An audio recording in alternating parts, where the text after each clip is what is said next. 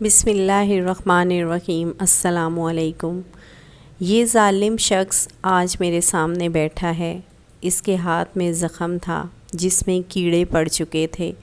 کوئی انسان اسے ڈاکٹر کے پاس لے جانے کے لیے تیار نہیں۔ کبھی یہ شخص اتنا رعبدار تھا کہ ایک بار اوئے کہہ کر بلایا تو گاؤں کے 10 لوگ جی کہہ کر بولتے تھے۔ اس کا نام جبران شاہ تھا۔ اللہ تعالیٰ نے رعبدار شخصیت اور بہترین شکل و صورت سے نوازا تھا، مگر وہ انتہائی ظالم و جابر تھا۔ پورے گاؤں میں کوئی بھی شخص اس کے ظلم سے محفوظ نہیں تھا۔ اس نے آخری ظلم اپنی بیوی پر کیا تھا، اور وہ ظلم بیوی کا قتل تھا۔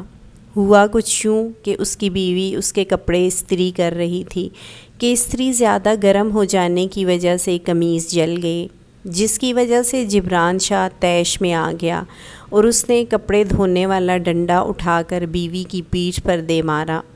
مرد کا زوردار وار کمزور نازک مزاج عورت کہاں سہ سکتی ہے، لہٰذا جبران شاہ کی بیوی بھی ڈنڈے کا وار سہ کر زمین پر گر گئی اور کراہنے لگی۔ کراہتی ہوئی بیوی کو دیکھ کر ترس آنے کی بجائے شاہ صاحب کو مزید غصہ آ گیا۔ انہوں نے بیوی کو کہا چارپائی کو دانتوں کی مدد سے پکڑ لے تاکہ جب وہ ڈنڈا مارے تو اس کی بیوی کا آواز نہ نکلے، مگر جب زوردار ڈنڈا پیٹھ پر پڑتا تو آواز کہاں دبی رہ سکتی تھی۔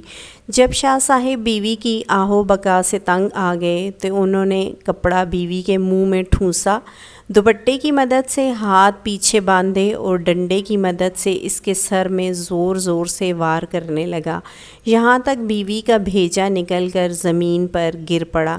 جب بیوی مر گئی تو شاہ کا غصہ بھی اتر گیا۔ یوں ایک قمیض جل جانے کی قیمت اس کی بیوی نے اپنی جان دے کر ادا کی، مگر یہ ظلم شاہ کا آخری ظلم ثابت ہوا۔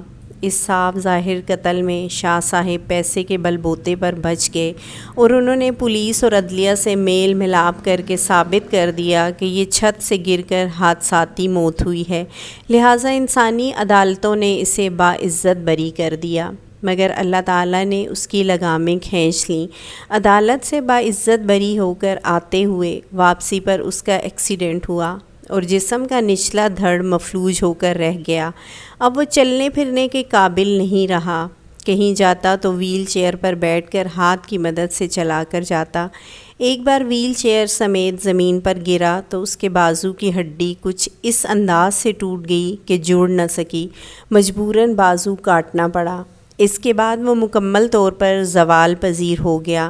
لوگوں کے دلوں سے اس کا خوف نکل گیا، یہاں تک کہ اب وہ راستے میں گرا پڑا ہوتا تو جان پہچان والا اسے اٹھا کر سیدھا بھی کوئی نہیں کرتا تھا۔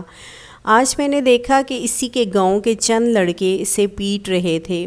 پوچھنے پر پتہ چلا کہ شاہ نے ان کے موٹر سائیکل سے پٹرول چوری کیا ہے۔ میں نے شاہ سے پوچھا تو اس نے اپنا کٹا ہوا بازو میرے سامنے کر کے بتایا کہ اس میں زخم ہوا ہے، زخم سے کیڑے بن گئے ہیں۔ میں اپنے زخم پر لگانے کے لیے پٹرول چرا رہا تھا کہ انہوں نے پیٹ ڈالا۔ آج شاہ صاحب کی یہ بات سن کر مجھے بے اختیار قرآن پاک کی وہ آیت یاد آ گئی جس میں اللہ تعالیٰ کہتا ہے، اور تیرا رب بھولنے والا نہیں۔ آخر میں اللہ رب العزت سے دعا ہے کہ ہمیں نیک اعمال کرنے کی توفیق عطا فرمائے۔ آمین ثم آمین۔